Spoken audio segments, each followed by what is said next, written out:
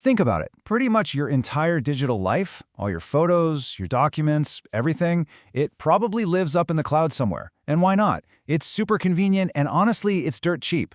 But have you ever stopped to think about the hidden trade-off? See, there's this constant battle going on behind the scenes, a tug-of-war between making that storage perfectly private and keeping it affordable. So today, let's pull back the curtain on that conflict. It really sounds like a simple question, right? We want it all. We want the ironclad security of our own personal vault, but we also want the rock-bottom prices we get from services like Google Drive or Dropbox. So what's the deal? Why can't we have both? Well, that is the big question, and the core dilemma we're going to unpack right now. So on one hand, you've got what we all want. Ultimate privacy. The idea that your data is a fortress and you, and only you, hold the key. But on the other hand, you have the cloud provider's entire business model, which is built on ultra-low cost. They pull this off with some incredible behind-the-scenes efficiency, organizing and storing data from millions of people in the absolute smartest way possible. And as we're about to find out, these two goals, well, they don't really play nicely together. All right, let's start with the privacy side of this. When we talk about building that digital fortress, we're really talking about one specific, incredibly powerful technology, end-to-end encryption. So what exactly is it? You know, in simple terms, it's the gold standard. End-to-end encryption means you are the one who scrambles your data on your own device using your own secret key before it even thinks about heading to the cloud. So what the provider gets is just a jumbled, unreadable mess. They have absolutely no way to see what's inside. The whole process is actually brilliantly simple. So, step 1, you lock your data in a digital box right there on your computer.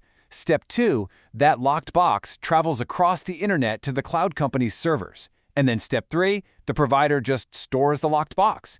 They can't peek inside, they can't make a copy of what's in there. All they do is hold the box for you. That's it. And check out this quote from the source material, because this really gets to the heart of it. It says the cloud provider's cooperation isn't even required for your privacy. You, the user, hold all the keys to your own kingdom. It gives you the ultimate form of control over your own data. Okay, so we've built our fortress. It's secure, but how in the world do cloud providers make storing trillions of these digital fortresses so cheap? Well, let's flip to their side of the story and look at their secret weapon, a collection of tricks called data reduction. Now, the real star of the show is a very clever trick called data deduplication. Just imagine 1,000 different people all upload the same viral cat video. Now, instead of wasting space by storing 1,000 identical copies of that video, the cloud system is smart. It sees they're all the same file and just keeps one single copy. It's kind of like a library only needing one copy of a bestseller, no matter how many people want to read it. And the impact of this it's just massive. Techniques like deduplication and its cousin, compression, can slash the required disk space by a staggering 20 to 70%. I mean, that's a huge savings in hardware and electricity, and those savings are what get passed on to us in the form of low prices. This efficiency is the engine that makes the cloud so affordable. So, we've got ultimate privacy over here and amazing cost savings over there. It's about time we see what happens when these two powerful forces actually run into each other. I mean, it's the obvious question, isn't it? Why can't the cloud provider just apply all those cool data reduction tricks to my super secure end-to-end encrypted files? Why can't we have our cake and eat it too? Well, this visual shows you the problem perfectly. You see, good, strong encryption is designed to take your nice, orderly, predictable data and scramble it into something that looks completely random and patternless. It's like turning a neat stack of Lego bricks into a chaotic pile of sand. And right there, that's the heart of the conflict. Data reduction, deduplication, it needs to find patterns and identical copies to work. But end-to-end encryption is a machine built for one purpose, to destroy those very patterns. The thing that guarantees your privacy completely breaks the thing that saves money. They are, at a fundamental level, totally incompatible. So are we just stuck? Do we really have to choose one or the other? Well, maybe not. Researchers have been chipping away at this problem, and they've come up with a way to try and reconcile this conflict.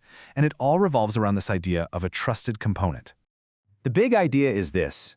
What if you could create a secure, totally isolated, and completely trustworthy middleman that lives right inside the cloud provider's own system?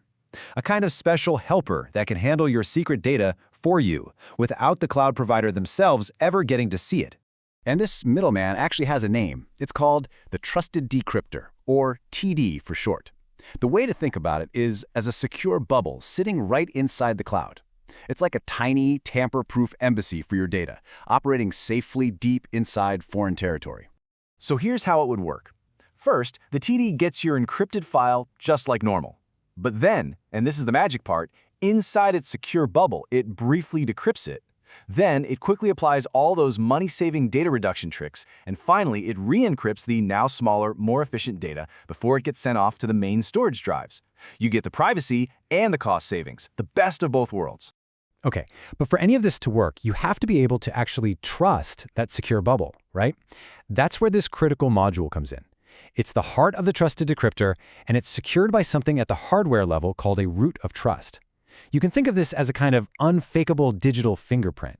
It allows the module to prove to your computer that it's the real deal and hasn't been messed with before you ever trust it with your secret keys.